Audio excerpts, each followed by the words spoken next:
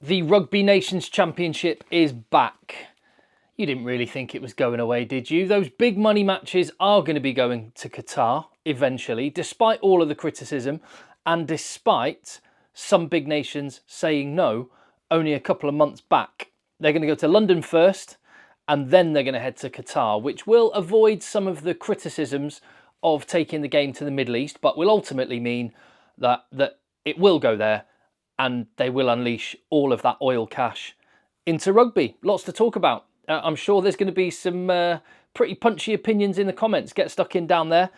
I'm Tim and this is Egg Chasers, and I would love it if you would give the video a thumbs up. This is one of those videos, I've made a couple of these this week that aren't actually about the rugby on the pitch, but it's about the stuff going on off the pitch. But I do think it's really important, so I would love it if you'd help me spread the word, and I'd love it if I would earn your subscription on the channel. So, do you remember back in July, Ireland and France were two of the big nations that between them managed to convince the Six Nations to say no to this finals weekend in Qatar when the Rugby Nations Championship, which World Rugby are desperate to get off the ground, when that starts in 2026.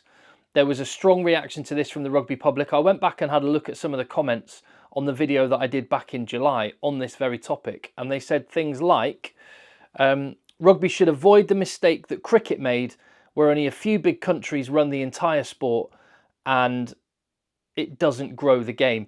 Now, I love the comments I get on this channel. I'm so proud of the tone of them. They are respectful, really constructive, and really well informed. So I'm looking forward to reading what you have to say on this one. Another one, bad idea. It will detract from the World Cup. And then in Qatar, no. And another one, bravo La France, and well done Ireland. We have a World Cup already. The season, as long as it is, this will kill off traditional tours. Some things are more important than money. Do you agree with those? Or, bearing in mind there's been a lot of talk about, needing investment in the game and a lot of debt, is this money too important that we cannot ignore it? So, the original proposal was for the finals weekends to happen in Qatar starting in 2026. When it launches, it's actually going to be in London in 2026, and then in Qatar in 2028, and maybe, possibly Qatar again in 2030 and beyond, but maybe in USA in 2030 as a way to try and build interest in the Rugby World Cup the following year. It's clear what's happened to me here is let's just introduce it in London. Yeah, we won't make as much money on that one, but we also won't get all the criticism, and we can kind of soft launch it in London. And people won't complain about things like human rights records and sports washing and all of that. And then we'll get what we want 2 years later. I think that's probably a good summary of what we're doing. But let's just actually look at this Nations Championship. Let me go back a step. What is it? Well, it's a tournament that's going to be played out between 12 teams. I was going to say the top 12 teams. It won't necessarily be the top 12 teams in terms of world ranking. It will be the Six Nations sides in a European conference, and a rest of the world conference, which will comprise the 4 rugby championship teams, plus, it hasn't been confirmed yet, but it looks like Fiji and Japan. Now, there are lots and lots of criticisms of this, which I will go through step by step, but basically the way this tournament will work is, well, like this. So in February, March, there'll be the Six Nations Championship where each of the European conference teams play each other once. And then in July, you will have, as we have always had, the Southern Tours, where the Northern Hemisphere sides travel to the South, and they will play 3 games against 3 of the Southern Hemisphere teams. The Northern teams will play against 3 of the Southern Hemisphere teams. Then the Rugby Championship happens, and somewhere in amongst that, they've got to fit in these games against Fiji and Japan.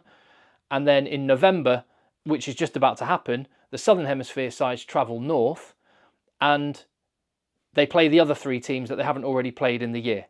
And then, at the end of the November tests, there will be, I think it might be 2 weekends, but there will be a bunch of games where the top of the European Conference, after all those games have been played, the top of the European Conference plays the top of the rest of the World Conference, second place second, third place third, fourth place fourth, etc.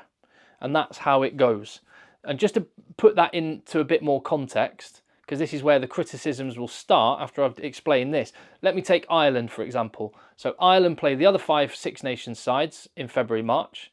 Then let's say, for example, they travel to Buenos Aires, Suva and Johannesburg on consecutive weekends in July. Obviously have nothing through the summer. And then in November, they play the other 3 teams, say Japan, New Zealand, Australia, before playing in a final. Let's say they come second in the European Conference and New Zealand comes second in the rest of the World Conference. Ireland would play New Zealand to see who gets 3rd place, I guess. So that's 11 matches through the season.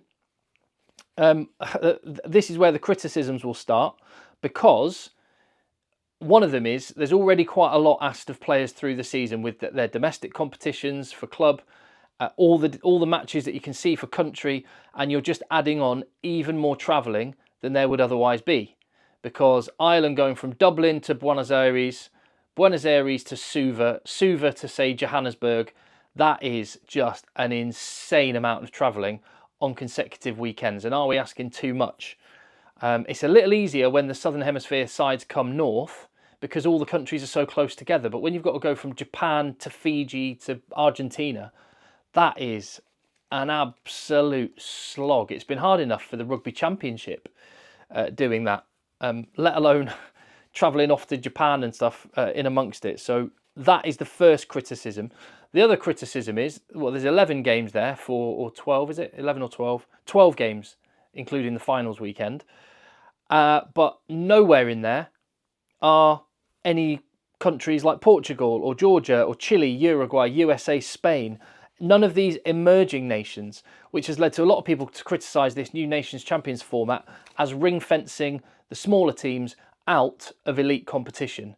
And all the talk in recent years is been about getting more and more games against emerging nations and really supporting their growth, because we want to grow the game. Although that's the phrase that everyone always uses, but is this one of those examples where the true colours are being shown and it's just words, and actually it's not about growing the game, it's about growing profits? And the big nations have a bigger say, and they want to keep it between themselves because that is what unlocks more money. I think that is possibly what we're seeing going on here. What I would say, and I'm sympathetic to this, because no one is awash with money at the minute. There's a lot of debt flying around. And there's been a lot of talk about private equity deals and stuff going on this week with South Africa recently, but New Zealand have done it, and it's happened in European countries too. The Six Nations has taken on private equity cash and all the rest of it, because they want to get their hands on some cash that they need to clear the bank balances, and I get that. My thought is always, if you just focus on the money right now, you cannot take a long-term vision and unlock the real potential in the sport. And I would flip this round. Rather than putting growing profits ahead of growing the game, I think growing the game is how you grow profits. But it takes a much longer, more thought out process to get there. If we could arrive at a World Cup where Spain and Georgia and Portugal and USA and Uruguay and Chile, for example, are really, really strong rugby nations, well, that is how you get the big sponsorship money.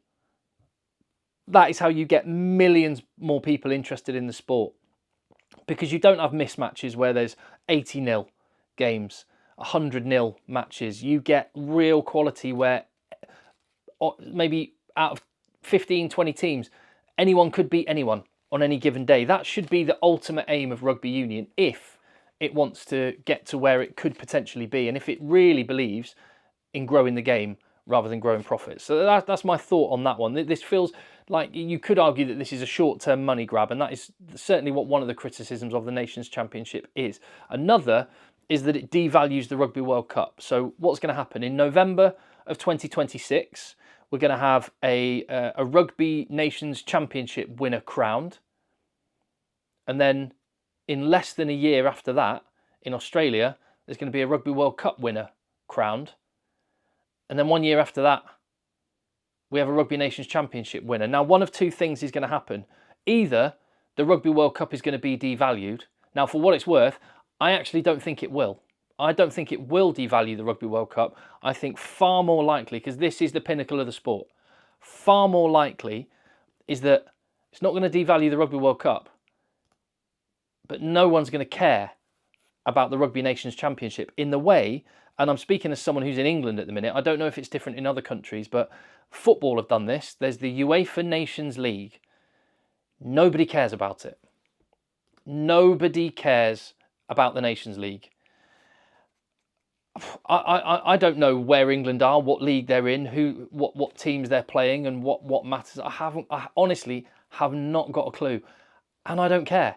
And yes, I'm not as big of a football fan as some, but I think that is the sentiment of many football fans in many countries. And I think potentially that's what's going to happen to this Rugby Nations Championship, is it will, for a lot of people, just kind of like just be another game, and it's no different from the matches we currently have already. And when you think of countries like France, who, for the fact their top 14 league is such big money and so competitive and so important to the French people and players, they cannot send their players to the south, let alone they're not going to finish the top 14 and then send them to Suva in Fiji and Tokyo and then to Buenos Aires. That's just not going to happen. So I can see a lot of countries might not take this as seriously as World Rugby are probably hoping that they will. I could be wrong on that, but let me know what you think in the comments down below. Another criticism of this, another element that's been discussed, we have to confront the element here of Qatar. Now, there are legitimate criticisms of Qatar being a host. And again, I think what's happened here is they're like, well, we can avoid those criticisms because let's do the first one in London. But eventually, it's going to be in Qatar, and that's why this is where the money that they want to unlock is. £800 million or dollars, I can't remember which it was. Bottom line, a lot of money. The one criticism of, well, there's several criticisms of it being in Qatar. Number one, it completely overlooks the fans, because not many can, will, or would even want to go to Qatar to watch their team play. The second criticism is that of sports washing, that Qatar, like a lot of Middle Eastern countries, are using sport as a way to paper over their human rights abuses. And on that front, and there's legitimate criticisms. I looked this up. Qatar have got a score on the Freedom Index of 25 out of 100, meaning they are not free. 7 out of 40 on political rights, 18 out of 60 on civil liberties. And for context, the UK, where I am right now, has a score of 91. Ireland has a score of 97, South Africa 87, Japan 96, France 89, Australia 95, for example, as a sample of some of the rugby nations. Amnesty International said that Qatar restricts freedom of expression, abuses migrant workers with wage theft, forced labour, exploitation, women are discriminated against, and LGBT communities are discriminated against and criminalised. So you sort of think, why would rugby tolerate this? Why would rugby tolerate these things? By taking the sport there. And one argument is, well, the only way to change countries like Qatar is if you engage with them and you show them Western values by sharing. And that's a lovely thought. And, you know, if that were a consequence, that would be a positive thing.